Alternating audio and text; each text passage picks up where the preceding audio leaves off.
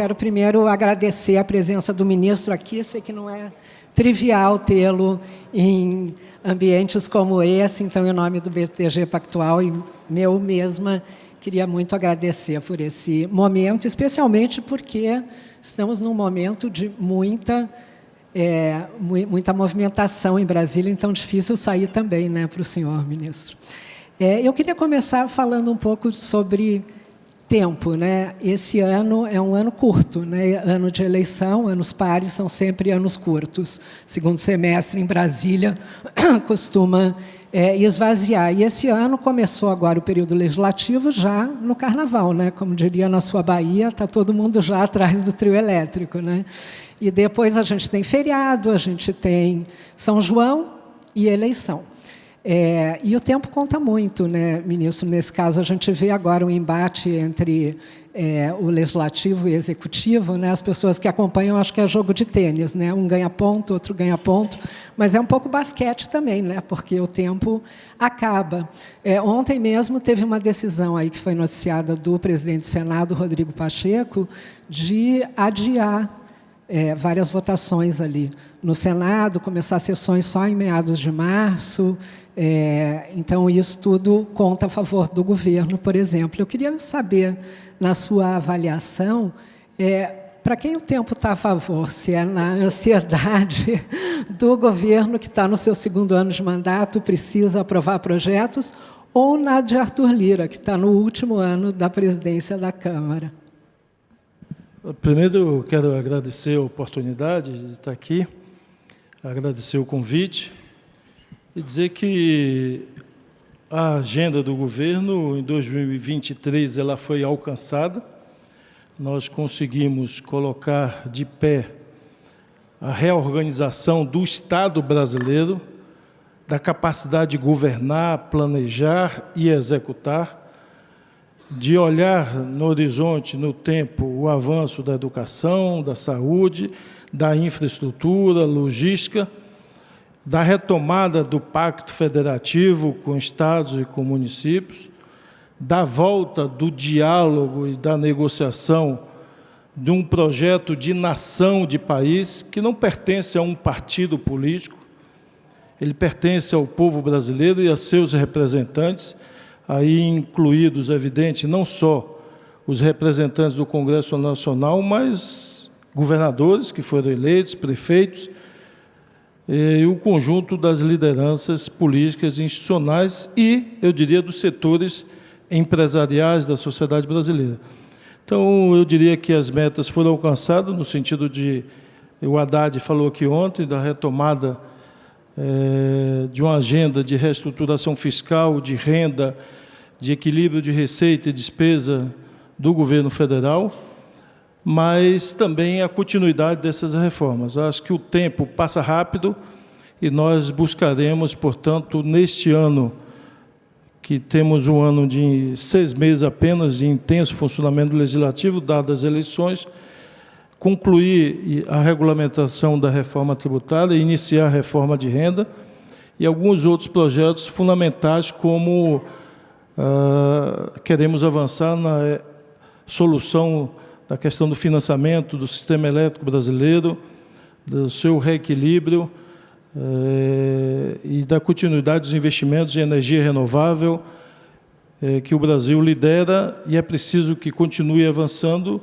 num novo patamar, sem tanto subsídio, mas com a vantagem competitiva que o Brasil conseguiu. É uma agenda que, assim como foi 2023, esperamos que consigamos realizar.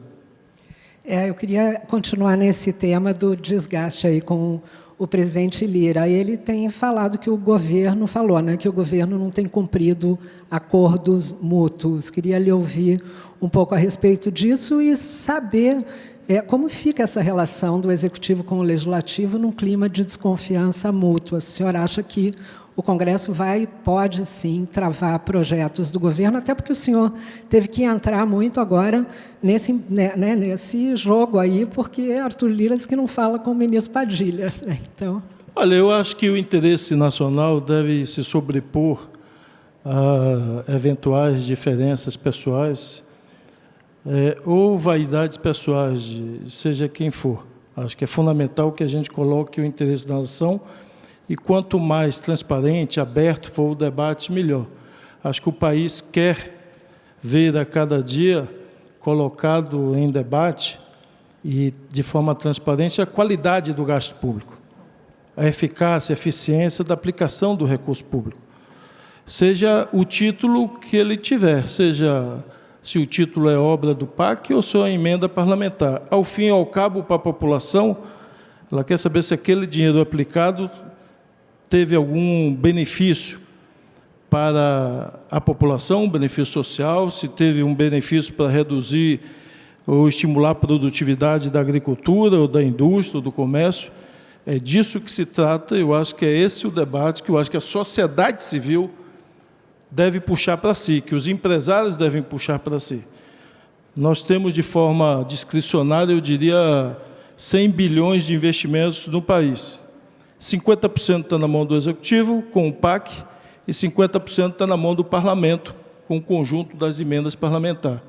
De um e de outro, acho que tem que ser colocado de forma transparente para a sociedade a qualidade e a eficiência desses gastos e a sociedade ir cobrando mutuamente o aprimoramento dessa eficiência e dessa qualidade do gasto. Sem dúvida, o que a sociedade, o senhor tem toda a razão. Agora, o último governo, ele meio que terceirizou ali para o legislativo a agenda, né, num determinado momento. Agora está dando muito mais trabalho, né, ministro? Deu muito trabalho, né? A agenda do ano passado, ela andou, né, tiveram ganhos, mas com muito trabalho. E a gente tem aí um comprometimento das verbas públicas no legislativo muito maior do que em qualquer lugar do mundo, né? E paira aí sempre sobre os governos esse fantasma do impedimento, né? Dilma é recente. O senhor vê algum risco? Como é que o senhor acha que esse imbróglio vai se... Não, deixa eu lhe dizer, eu saí da condição de ex-governador da Bahia e eu tinha uma impressão em relação ao ente federal que ele não funcionava. Mas, ao sentar na cadeira de ministro da Casa Civil, a convicção foi muito pior do que eu imaginava. Isso precisa ser dito com todas as letras para que não se repita mais no país isso. Nós encontramos 3.600 obras paralisadas de educação, 9.000 contratos de escolas assinados com municípios, 9.000. Com empenho de R$ 10.000 numa obra de 7 milhões. Então, isso não está muito distante de algo que a gente possa chamar de responsabilidade com o país e com a nação.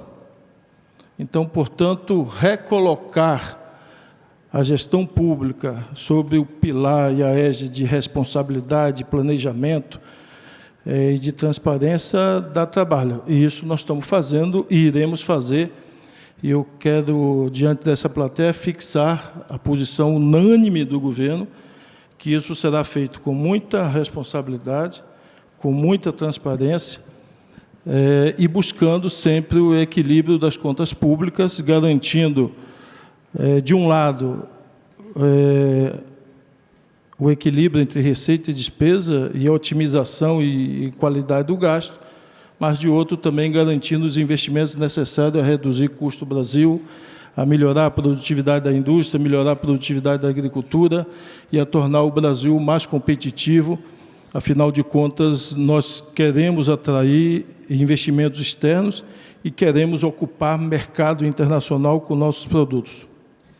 Objetivamente, ministro, com relação a esse impasse que há hoje com o Legislativo, né, os temas são a desoneração e o PERSE, né, os temas principais ali, e o corte das emendas ali, que, enfim, que assustou bastante o Congresso no ano eleitoral. Qual vai ser o encaminhamento disso? Tem se falado em projeto específico, tem se falado em fim do PERSE, ontem mesmo o ministro Haddad falou de corrupção no PERSE. Como é que vocês estão encaminhando isso do ponto de vista prático? Olha, essa negociação está sendo conduzida pelo ministro Haddad, ele esteve aqui ontem, em diálogo com o Senado, com o Congresso, para encontrar uma transição. Quando se fala de desoneração, é importante se dizer que nós estamos falando de um subsídio, e que, como subsídio, alguém está pagando esse subsídio. Não existe almoço grátis, alguém está pagando. Se a gente mora num prédio e alguns moradores não pagam o condomínio, ou pagam só metade do condomínio, o restante dos moradores vão pagar a diferença da conta. Isso é importante ser dito para a sociedade. Toda vez que a gente discute, desonerar aqui ou ali, ou tem uma justificativa social, econômica, de equidade social e de renda, ou você vai estar transferindo o custo para as camadas mais pobres da sociedade. E é dessa forma que a gente tem que colocar o debate. Quais setores, eventualmente, de fato precisam? E quais não precisam carregar para o conjunto da sociedade esse custo? Porque todos irão se aposentar desses segmentos. Não tem ninguém desses segmentos que vá adiar sua aposentadoria. Ao não contribuir com a previdência desses funcionários, alguém vai ter que pagar a diferença para essas pessoas poderem se aposentar. Quem vai pagar? Entendeu? Então, esse é o debate que nós precisamos fazer de forma clara, transparente. Mas há uma negociação para repor aí esses 5,6 bilhões, se falou, inclusive, em, de alguma forma, atrelar esse dinheiro ao PAC, até porque, quando a gente fala de infraestrutura, está aí um tema que interessa também aos parlamentares, né? Olha, deixa eu te falar, não tem polêmica sobre 5,6. Na minha opinião, não tem polêmica. Eu participei, no final do ano, de um diálogo direto com o presidente da Câmara, e o acordo que nós fizemos será cumprido. Foi de incorporar as emendas de comissões no valor de 11 bilhões de reais. Esse foi o acordo. O que foi colocado além disso não faz parte do acordo e, portanto, a imprensa me perguntou da declaração do texto dele, eu digo que eu concordo integralmente com o texto dele. O acordo é para ser cumprido. E o acordo foi 11 bilhões, que já é bastante. Somado, nós estamos falando de 50 bilhões de reais. É a metade da capacidade de investimento discricionário do Brasil. Está na mão do parlamento. Então, o Brasil tem a liderança mundial disso. Quem no mundo tem algo parecido com isso, onde o parlamento detém 50% do volume discricionário das realizações de investimento no Brasil? Acho que ninguém, e, portanto, não há aqui polêmica alguma, e nós iremos executar aquilo que foi acordado com o parlamento. Perfeito. Eu queria falar um pouco sobre a meta do primário, né? Tudo passa pela Casa Civil, né? A Casa Civil é o coração do governo. Não tem jeito de eu não lidar com esses temas com o senhor. O senhor defendeu, no ano passado, enfim, um caminho, né? E como que o senhor enxerga a possibilidade da meta mudar agora em 2024? Tem essa possibilidade da decisão ficar só para maio, no segundo bimestral? O que precisaria acontecer para o governo não alterar a meta em março, no primeiro bimestral? Olha, eu disse aqui, vou repetir, de forma unânime no governo, tem uma posição de que o governo deve buscar e ter como meta o equilíbrio fiscal. E aí eu chamo a meu favor a gestão que nós fizemos na Bahia.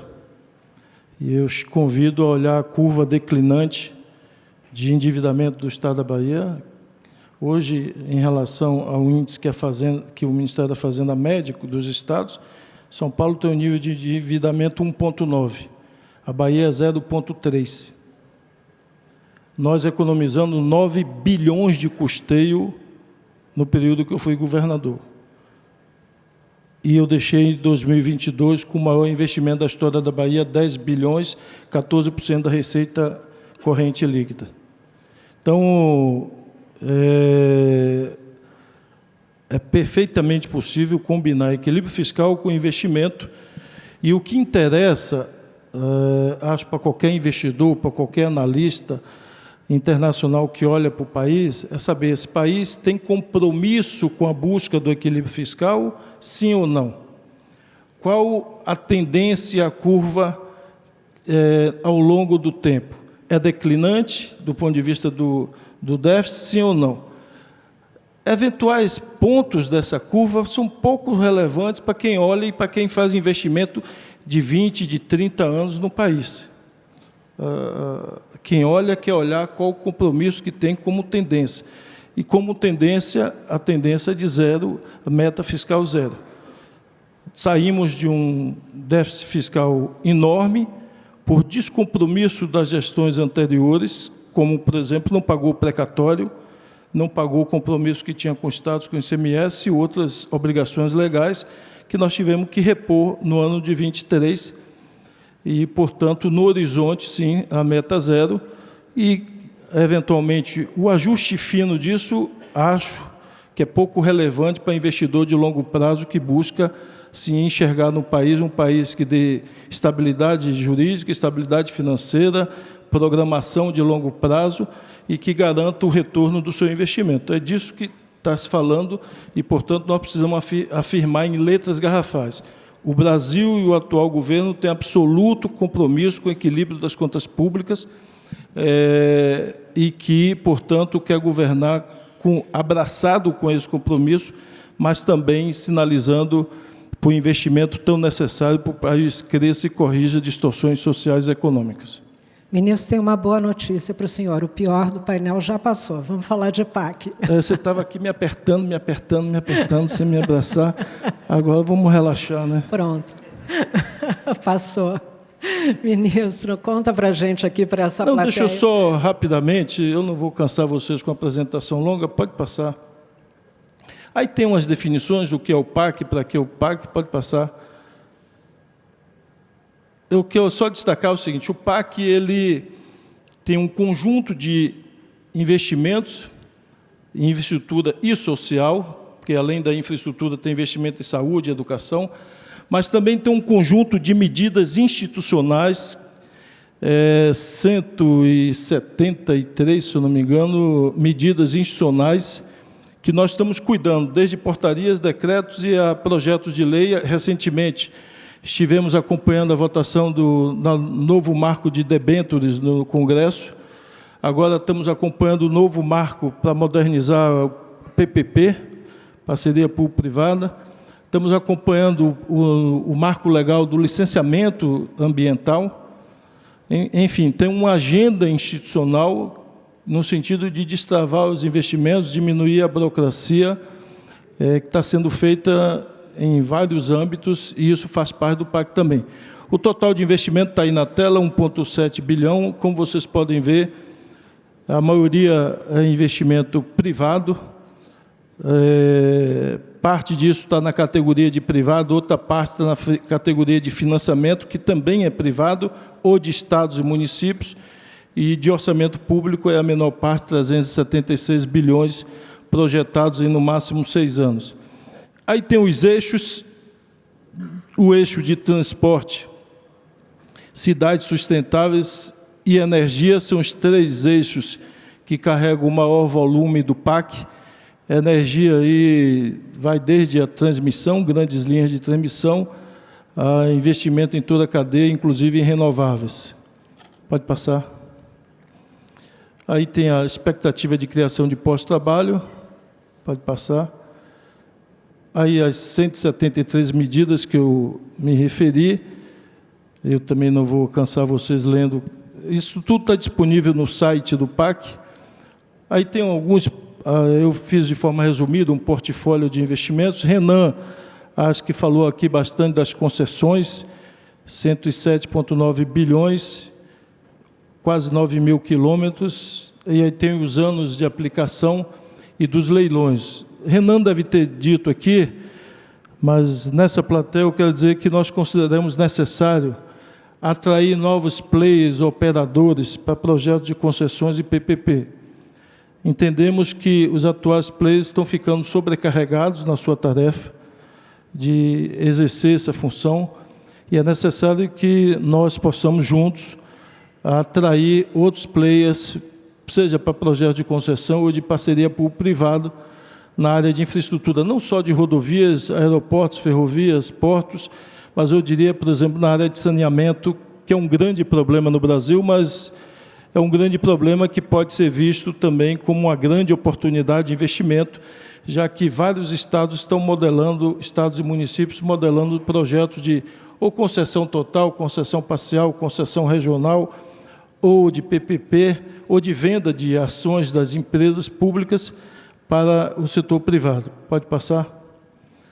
Aí tem o conjunto de investimentos em ferrovias, que, de novo, nós queremos fazer, aí, concluímos a Norte-Sul, ligando São Luís do Maranhão ao Porto de Santos, e agora queremos concluir a Leste-Oeste, que sai de Ilhéus até o Centro-Oeste, junto com o investimento privado lá da Transnordestina.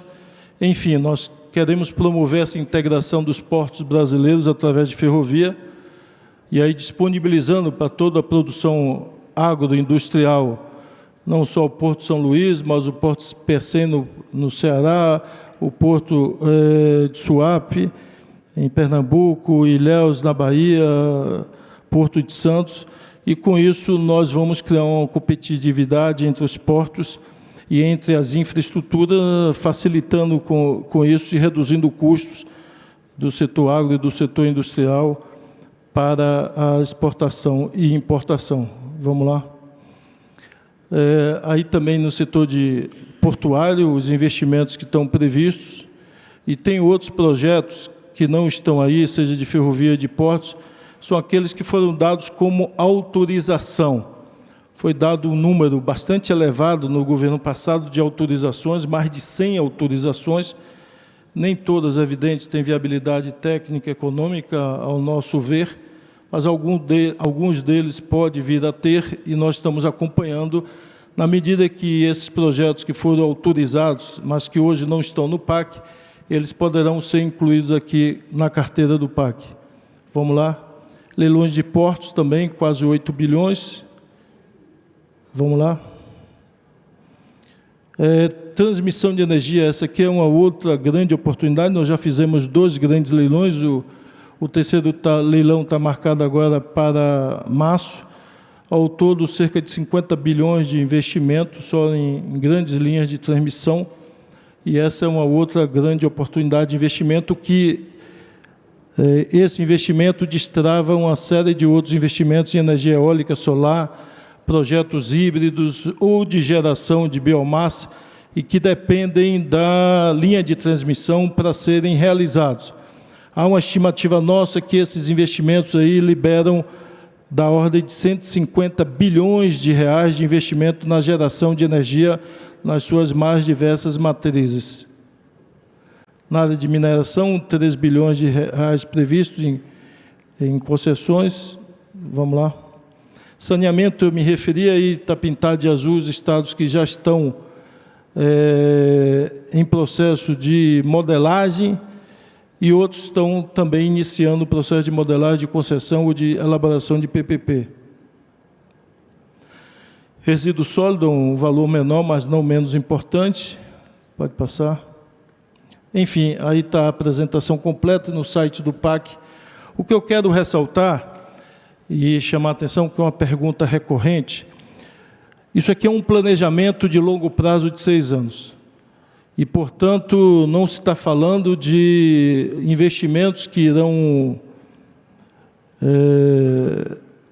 crescer a sabor dos eventos ou dos palanques que as autoridades participem. É um planejamento de longo prazo, dado a partir de uma receita, de um volume de receita disponibilizado pela Fazenda e pelo planejamento disponível, e que nós buscamos estruturar esses projetos, e vamos fazer o ajuste fino agora, sempre atraindo investimentos privados. E aí eu queria despertar a vontade de investir e o desejo de pesquisar de todos vocês, porque a ideia é que, por exemplo, Renan, não sei se ele destacou isso aqui, mas se uma rodovia, a concepção até aqui era fazer o estudo de viabilidade, deu ou não viabilidade para uma concessão. Deu, faz a licitação. Não deu, leva para o portfólio de investimento público. E muitas vezes ficava na fila, dado o limite do investimento público. O que nós estamos fazendo é um mix disso. Não deu viabilidade para a concessão, Quanto faltou para ficar de pé o projeto para concessão? 10% do valor de investimento? 20%, 30%? Então, bota 10% de recurso público, em vez de concessão, faz uma PPP com 10%. Então, com 10% você viabiliza 90% de investimento privado, coloca o projeto de pé e, com isso, nós alavancamos um volume muito maior, onde o recurso público passa a ser a alavanca para um volume muito maior do investimento privado. Então, a concepção da modelagem do PAC é essa. E assim nós queremos, na medida que o setor privado, e eu quero dizer que nós estamos disponíveis para receber propostas de PMI, estudos de viabilidade, onde a gente possa fazer essa parceria público-privada nos diversos projetos. E estamos disponíveis a recepcionar esses projetos, a analisar de forma transparente, republicana, mas que a gente consiga, com o dado, o limite de recurso público, alavancar esses recursos privados. Ao invés de transformá-lo apenas na fila de investimento público, nós queremos usar os recursos participando, portanto, de iniciativas privadas. Isso vale para o saneamento, isso vale para a rodovia, vale para a ferrovia, vale para qualquer investimento, onde a gente pode recepcionar essa demanda e, a partir daí, viabilizar um projeto com a maior parte do recurso privado. Eu queria, dado isso, ver se tem uma perguntas objetivas sobre a questão do PAC, eu acho que é fundamental. E eu queria dizer que, dadas as viagens do presidente, nós fizemos também, acompanhando o presidente, aqui no Brasil e fora do Brasil, reunião com muitos países, muitos entes públicos, estatais ou privados, e há um desejo grande de investir no Brasil. Só que esse desejo não necessariamente é em operar o investimento no Brasil. Eles, por exemplo, o mundo árabe quer participar do investimento no Brasil, mas não quer ser operador do investimento. Ele quer um parceiro, quer alguém que opere e lhe garanta, é evidente, o retorno que lhe é desejado. Então, é preciso que a gente também estimule a estruturação desses projetos e o governo pode ser também, de forma transparente, facilitador da captação desses recursos, um estimulador da captação desses recursos, uma vez estruturados os projetos que se associam com projetos correlatos com o que o governo está fazendo. Aqui não está explícito, por exemplo, investimento em saúde ou em educação, mas nós estamos trabalhando, por exemplo, projetos de PPP na área de saúde. Na Bahia, nós temos 3 projetos absolutamente exitosos de PPP na área de saúde. Na área de educação também, na gestão de rede pública ou de escolas. Então, também na área social, nós estamos disponíveis a avaliar. Temos propostas e que nós vamos dar sequência em rede de policlínica, que é para diagnóstico de imagem, ressonância, tomografia, como prestação de serviço associada a projetos de PPP. Então, nós temos disponibilidade também para analisar e dar sequência a esses investimentos dentro da estrutura do PAC. Ou seja, oportunidades são muitas e nós queremos estreitar esses caminhos entendemos que o papel nosso é de facilitador do investimento privado e queremos exercê-lo com a máxima aproximação possível. Eu queria que o senhor falasse um pouco, o senhor tem dito, né, que a diferença do PAC 1, dos governos Lula 1 e 2 para este PAC, para o novo PAC, é que o carro-chefe é a iniciativa privada, né? Então, queria que o senhor falasse um pouco a respeito disso e de outras diferenças do 1 e 2 para o novo. Olha, eu diria que são realidades diferentes, completamente diferentes, dado aos limites fiscais e ao nosso compromisso com esses limites. E eu diria ao conhecimento gerado, principalmente nos entes estaduais, com o êxito positivo dos projetos de PPP de concessão. O governo federal até hoje não fez uma PPP, e nós queremos começar a fazer, licitar algumas esse ano, inclusive. Eu posso dar o testemunho, o hospital mais bem avaliado na Bahia é o hospital gerido por PPP. Temos 2 hospitais e um serviço que é de imagem em 11 hospitais públicos, serviço de PPP. Então, eu acho que há um acúmulo do conhecimento, do aprendizado, e que nós estamos incorporando. O presidente Lula montou um conjunto de ministros, muitos são ex-governadores, portanto, carregam essa experiência positiva de êxito de gestão nos seus estados, e nós estamos trazendo essa experiência. E, portanto, o PAC foi concebido não só sob a lógica de investimento privado, mas sob uma outra lógica. Nós reunimos com os 27 governadores, discutimos com eles quais eram as prioridades de investimento em cada estado. Então, não foi a tecnocracia que se trancou numa sala e definiu quais seriam as prioridades. Nós dialogamos com quem foi eleito pelo povo e quais eram as prioridades. Evitamos o excesso de pulverização de investimento, porque isso é difícil de gerenciar no âmbito federal, e demos prioridade a projetos estruturantes que solucionem problemas cruciais do Brasil. Então, na educação, há um vazio de assistência de educação infantil, há um vazio de oferta de ensino técnico, há um problema social grave com a captura de jovens para o mundo do crime, e, por isso, o carro-chefe é a escola de tempo integral, para criar esse cinturão de proteção social e, ao mesmo tempo, associado à formação profissional. Na área de saúde, identificamos um vazio grande e, infelizmente, um crescimento. O Brasil vinha tendo quedas substantivas de taxa de mortalidade infantil e de mães no parto. De repente, a partir de 2016, 2017, essa curva mudou e começamos a crescer de forma acelerada a mortalidade infantil e a mortalidade de mães nos partos. E presenciamos um declínio e surgimento de muitos vazios de assistência de qualidade para o parto. Então, nós estamos oferecendo, por exemplo, maternidade e casas de parto qualificadas dentro do PAC. E o grande vazio do SUS, por exemplo, que é a área de imagem e diagnóstico, que isso ajuda a reduzir custos hospitalares na medida que você antecipa o diagnóstico, preserva vidas, reduz custos de forma substantiva. Quanto mais diagnóstico você fizer precoce, melhor vai funcionar a rede, de forma mais programada e, portanto, mais barato. E é nisso que estamos apostando e enxergando em todas essas áreas, do social à infraestrutura, uma oportunidade de parceria com a iniciativa privada. Muito bom, ministro. Ainda tem um bônus, né, de que vocês estão viajando todos os estados, começaram lá pelo seu, né, que é o 4º maior colégio eleitoral do país. E, não, eu digo em termos de comunicar a população mesmo, e o que eu queria continuar era, estão vindo agora para estados que são governados por opositores, né, que estiveram em oposição na eleição, né, já teve São Paulo, já teve Rio, vai ter Minas. Acho que isso também tem dado um alento aí, né, nesse momento de polarização, de ver todo mundo junto num palco, fazendo, enfim, anunciando obras, anunciando benefícios para a população, né, ministro? É exatamente o que eu citei aqui mais cedo, da relação republicana. Estamos com o Tarcísio aqui de São Paulo. Ele apresentou o projeto do trem Campinas-São Paulo, o trem de média velocidade, nós estamos participando dele. Apresentou o projeto de expansão do metrô, nós estamos participando.